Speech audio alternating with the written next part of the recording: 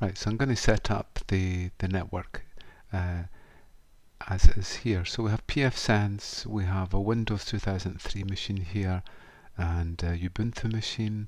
The default gateway is 10.203.254/22. Okay, we don't need to set up anything here, but what we're going to do is set up these networks, and then hopefully get these nodes connected to the internet. Okay, so normally what you would do is to run the, say, Firefox and connect to vsoc.napi.ac.uk. But just now the firewall is open, so I'm going to run the Horizon client. And then I'm going to connect to my Napier desktop, and within there I'm going to run a browser. Okay, so we'll just get started up here.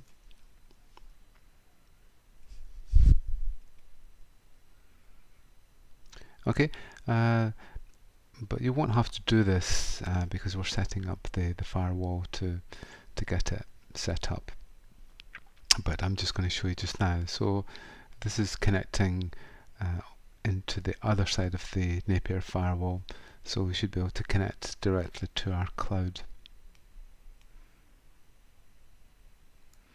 Okay, so while it's doing that, we'll just have a look at our diagram again. Okay, so automatically pfSense allows us to run NAT. That should be as set up.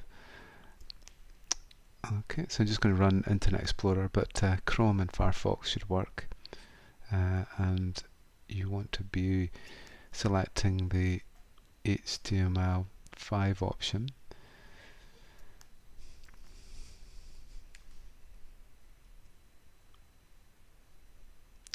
Okay, so I'll just go for Flash in this case. Okay, so from here you should be able to log in with your Napier ID.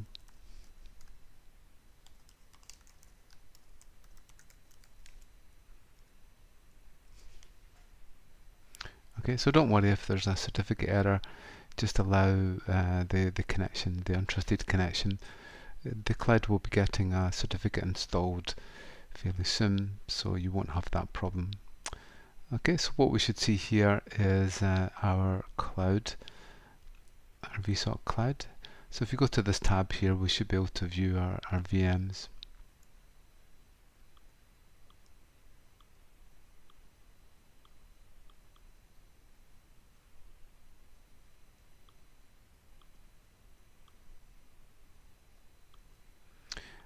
Okay, so if you just move to the module that you've been assigned, so what I've got here is pfSense, Ubuntu, and our Windows 2003 machine. Okay, so we'll just open up our console for each of these. So we'll just continue through. Let's open up here.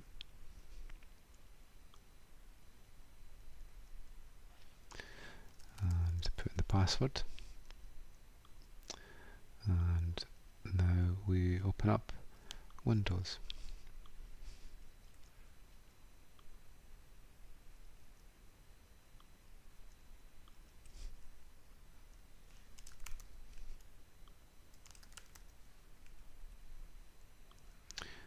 Okay, that's us in. Right, so the first thing that you find is that there are only 2 network connections on your pfSense box. So that's okay, because once we log into pfSense through Ubuntu, we get access to the web configuration system, and that will allow us to add the other interface and set up the IP address. So first thing you do is you set up the IP address on your LAN. Okay, don't change the WAN because it needs to be in DHCP, and it's on the 10.200.0.0 network /22. So we're going to set up interface 2, and I'm going to set it up for 192.168.100.254. Okay, so my LAN is on 100.254, 24 bits. Nope. No DHCP server. Okay, so it tells me that that's the address that I should connect to from Ubuntu. Okay, so we'll just check that. Press Control Alt and it takes us out of there. And then we'll go to Ubuntu. And now with Ubuntu, we need to connect it onto the same network as our LAN interface. Okay, so there's the diagram. We're here, and we're going to connect to here, and that will allow us to configure pfSense.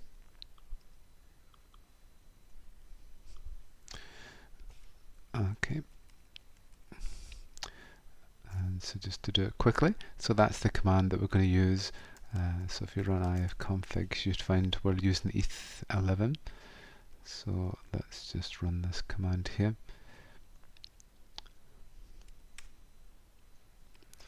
Okay, we'll just run it as sudo.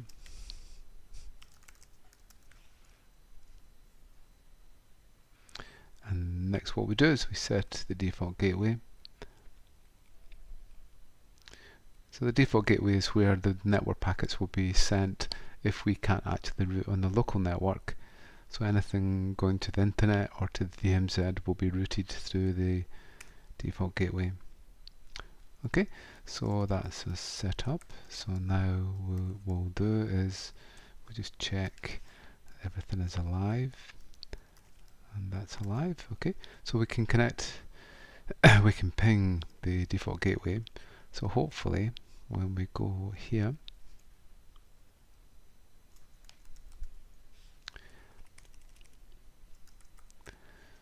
.254, we should be able to see our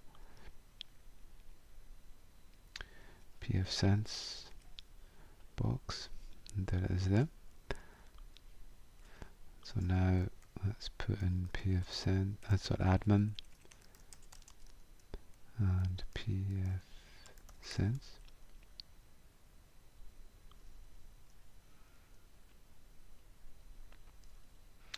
Okay, that's us in. Okay, the one little thing that we need to do is to be able to set up our DNS to get connectivity to the internet. And I'm going to use nano and resolve.conf.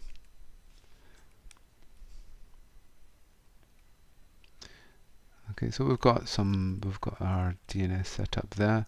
That should be fine, but if we want, we can set up 3.254, and that gives us our DNS from there.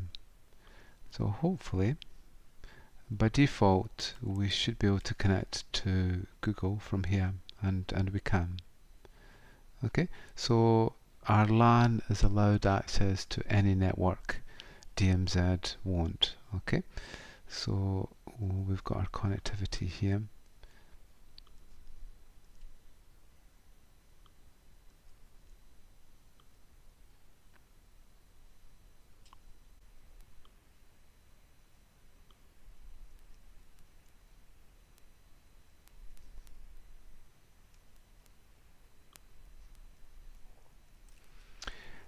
Okay, so here's our interfaces.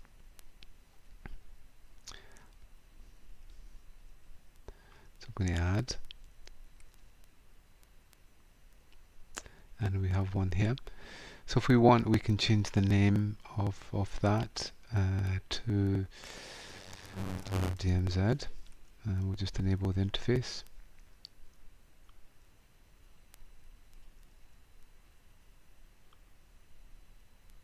I'm going to make it a static IP address. We'll put it on the 101 network. So it's 192.168.101.254, and it's a /24 network. Just check that you don't have anything set up to block private IP addresses. So just check that everything's okay. There's DMZ, that's IPv4, that's fine, and we'll save that. apply the changes.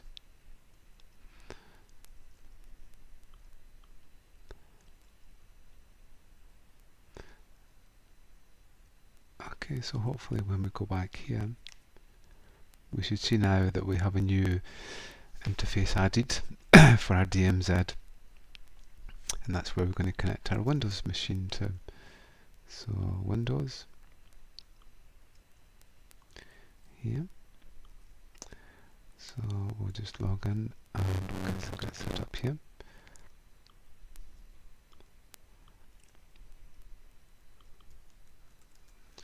.101.7, and our default gateway is there, and then 10.200.3.254.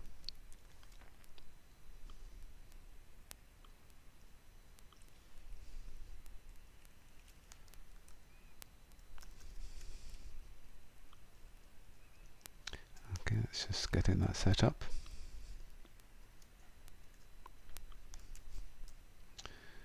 So we'll just ping our servers first. That's fine.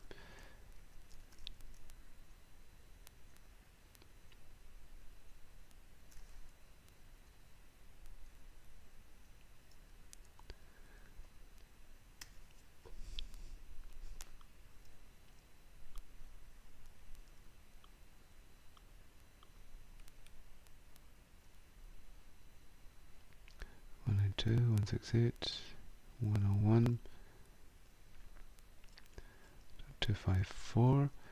Just go back to pfSense 101.992.168.4.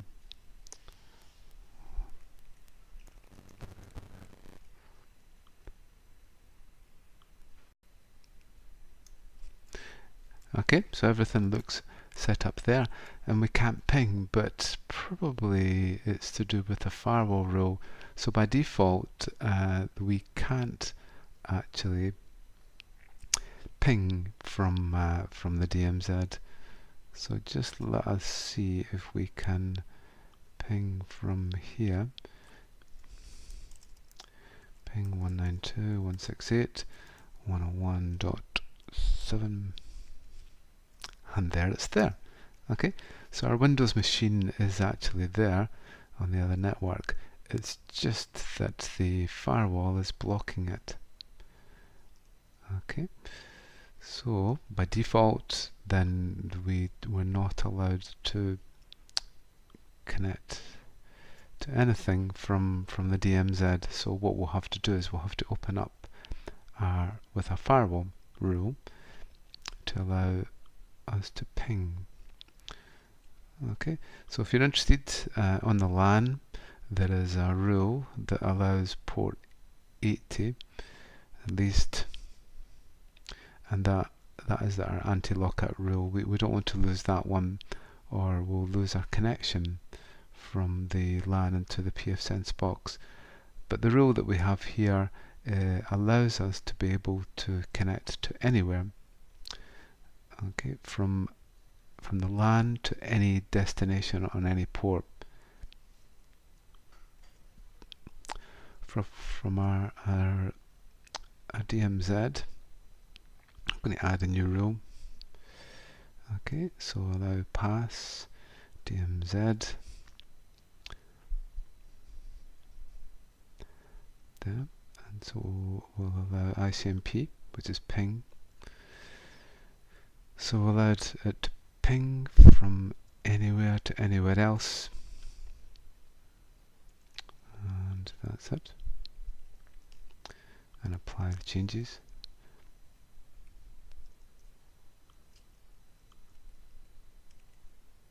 And there you go. Okay, so we've now allowed ping. So hopefully we should be able to ping our Ubuntu machine, and that's perfect.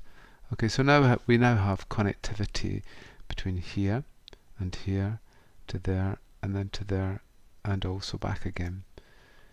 So what we should find is that we can nmap from Ubuntu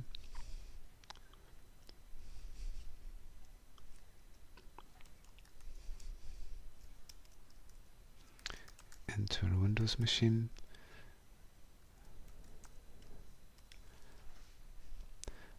That should work okay. But we can't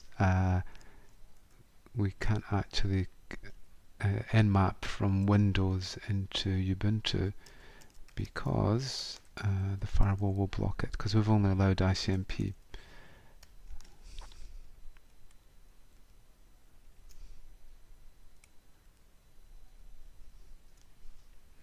That will work. So what we'll do is we'll open up the firewall. Okay, so we can connect from Ubuntu into Windows, but not from Windows into Ubuntu. So what we'll do now is we'll open up the firewall to allow us to be able to connect into the LAN network. Okay, so we go back to Ubuntu and our firewall. Go here and DMZ. So we're going to add, so allow, and it's TCP. So from anywhere to anywhere else. So we'll just allow that to happen. And we'll just save that.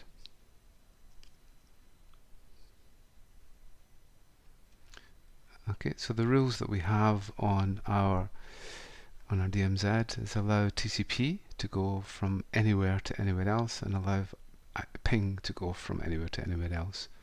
So now, hopefully, when we go back to Windows, just see if we can still ping. That's great. And now let's nmap.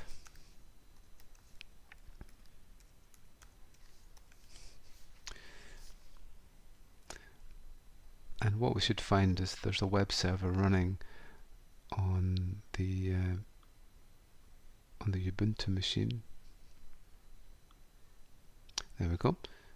Okay, so it's running HTTP. So what we'll do, just to make sure that we can check the service, 192.168.0.7, and there it's there. That's the web server. We'll do the same from Ubuntu. 192.168.101.7, and there you go, there's the web server that's running on the Windows machine. Okay, so we now have connectivity. So we've got connectivity between the two networks, and let's see if we now have connectivity to the internet.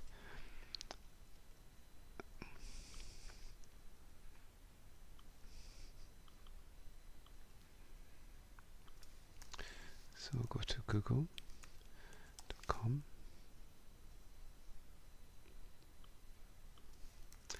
Okay, so we can see we don't have connectivity, but when we ping 8.8.8.8, then we have connectivity. So that means that our DNS isn't actually working. So what we need to do is to go and allow UDP, because we've only allowed TCP and ICMP to flow. So what we'll do is from the DMZ we'll allow UDP port 53.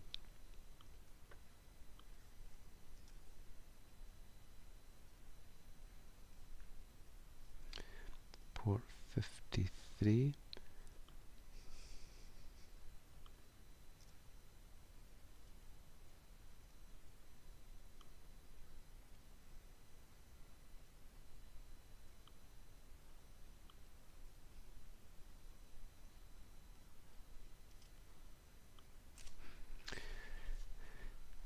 Okay, so there we go. So it's port 53 we've allowed. And now we go back to Windows, hopefully. And that's it, perfect. Okay, so when we do NS lookup, we should see it resolving to Google, where before with this, if we'd done an NS lookup, then it wouldn't have worked. So now we have connectivity to everywhere. So that shows how to set up our network. I'll just show you disabling port 53 and for you to be able to debug. Okay, so let's have a look here, and we'll just we'll just disable port 53. And now go back here, and now what you should find is that I can't get a lookup. And you test this by looking at 8.8.8, and if that works, you know you've got a problem with port 53. So I'll just re-enable it again.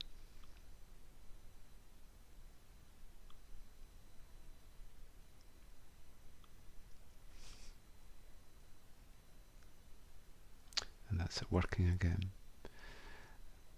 Okay, so you can edit your rules so that we can just allow certain ports through, and we can connect from certain networks to other ones.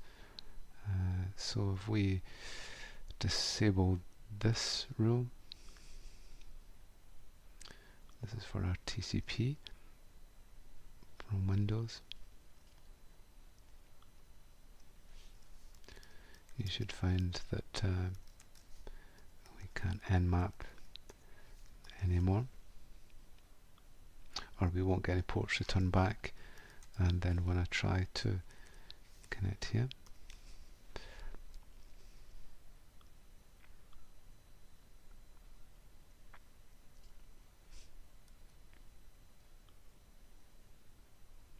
maybe you've got to cache sometimes, so just hold down the shift and try to cache. So we see no connectivity and also no ports being seen. We go back here and then we'll re-enable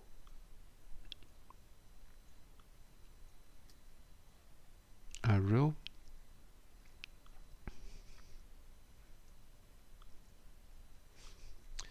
Run an nmap again, and there we go. It's all connected again. Okay, so hopefully that should show some idea on how to set up your network.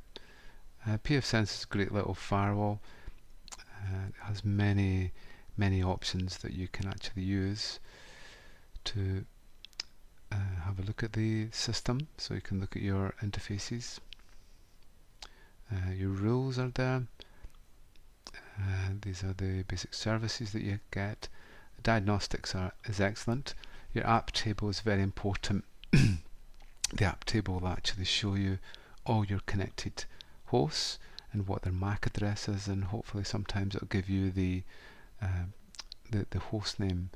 Okay, so if you're having problems with your firewall, really you need to go here and make sure that your firewall knows what hosts are actually around from there.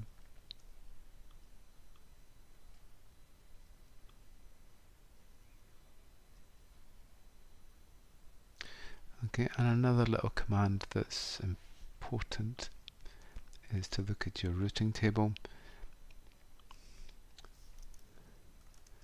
So the routing table should actually show you what's connected at any given time.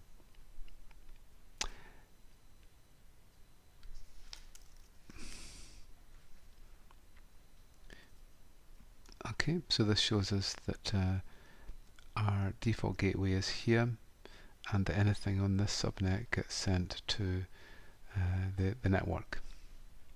Okay, so that's shown you an introduction to our cloud.